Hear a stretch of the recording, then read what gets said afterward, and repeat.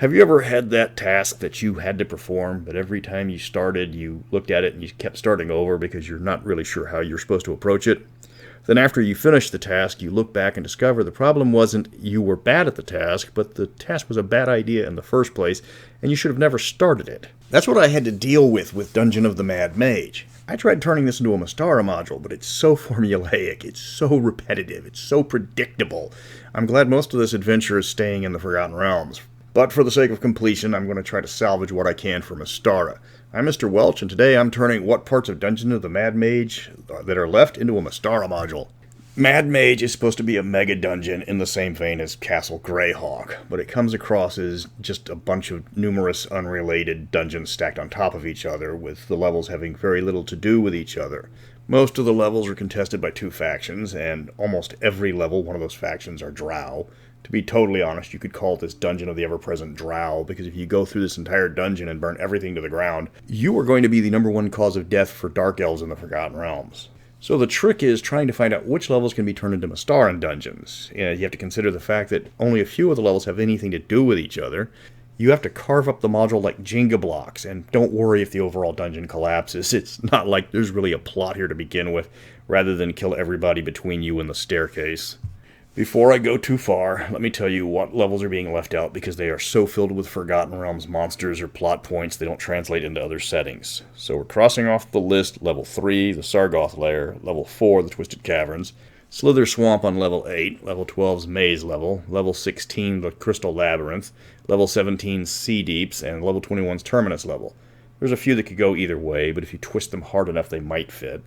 Most of those adventures are drow-focused or involve extraplanar creatures to the point where you couldn't explain them away in Mystara. It's your game, your rules, but those are the levels that are the most Faerun-centric. So let's look at what's left of the 23 dungeon levels of this book. Starting at level 1, it's called, well, just the dungeon level. The two factions you're facing are bandits and Xanathar's Guild. You can side with one or the other, or just kill everybody if you want. There's not a lot of monsters to replace. Girls can be replaced with any number of Mystaran worm-like creatures. If you want to make this a standalone, make it an abandoned settlement or a castle where one group has set up a toll booth, and the other side is trying to claim the castle for themselves. Then head down to the Arcane Chambers, which is goblins versus were-rats, and the Thieves Guild.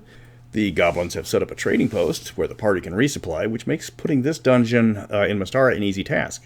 It's set on the border between Broken Lands and Darrican. Similar to the first level, you can side with any of the factions, kill any of the factions, or just kill them all. There's more Forgotten Realms monsters to replace. Drow turn into evil elves, or unseelie Sidhe if you want. There's plenty of disruptive humanoids to replace the Nothics with. Going down a few levels to level 5, it's Willowwood, and this one's fairly easy to convert without much work. It's a druid against a dragon with werebats for flavor. You can easily move this adventure outdoors if you want, and it's more straightforward as the druid isn't evil compared to the dragon. Kill the dragon and the bats, and it's time to move on. The monsters here are fairly universal for D&D, so it's a straightforward romp. Then you head to the Lost level for Dungeon level 6, and it's Duergar versus Umbra Helks. It's actually set in a lost temple to a dwarven god, so you can switch out the Duergar for evil dwarves and make it easy. Change the demon statues into something nightmarish like Malfera for best results. Of course, the dwarven god is now Kagiar, or pick one of the more obscure immortals for a deep delve into the Mystaran lore. Kill the monsters, find the stairs, and hit the next level. That's where you're going to find yourself caught in a fight between stone giants and a fairy dragon in Madgoth's castle. There's actually a hidden castle that gives the level its name, but overall, this part of the dungeon is a bit bland. You can kill the giants, or you can deal with the fairy dragon. The actual castle and its wizard can't be seen by the giants, so if you kill the wizard and clean out his castle, it doesn't have any real bearing on the rest of the level. This is one of the few levels you can walk through without much combat, or any combat if you play your cards right. Skipping to level 9, you come to Dwemer Core, which is an adventure set in a college of wizards, with the two sides being the headmaster in the form of a daemon and the night hag.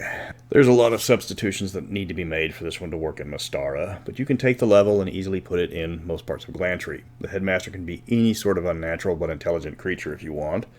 One suggestion was a Magan, or you could use a Mugina, or even an extraplanar creature like a Helion.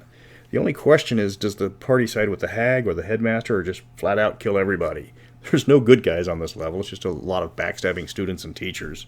Level 11 is one of those iffy levels, because you have to replace all the drow, and there is a ton of drow to replace.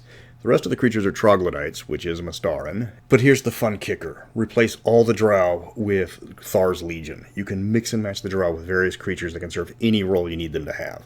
This lets you experience the Thar's Legion in full force as you fight troll berserkers edged on by kobolds with torches. You can be attacked by bugbear assassins and ranks of hobgoblins that work together to hound the party.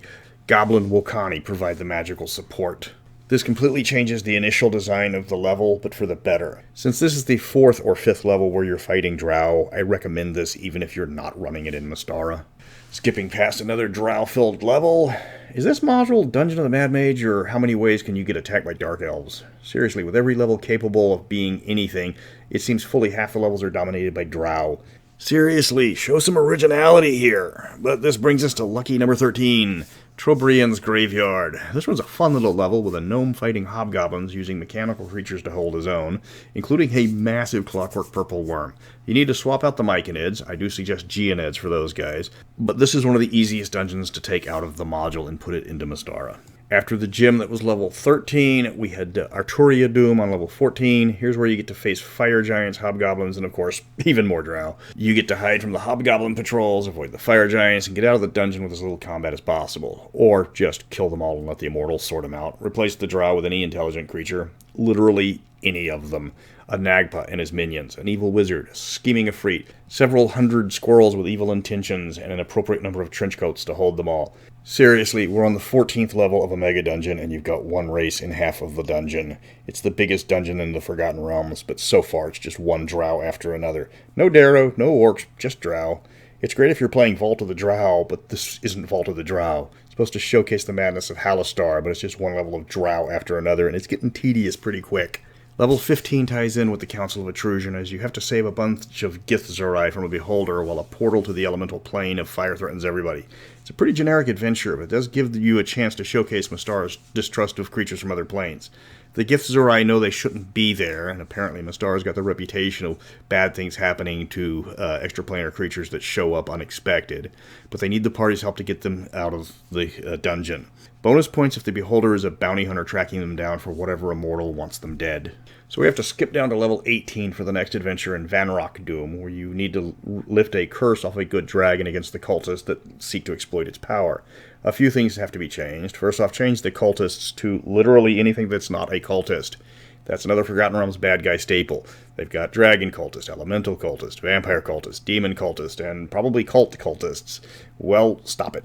Come up with an original idea. For the dragon, remember Mystaran dragons can be any alignment, although it's uncommon.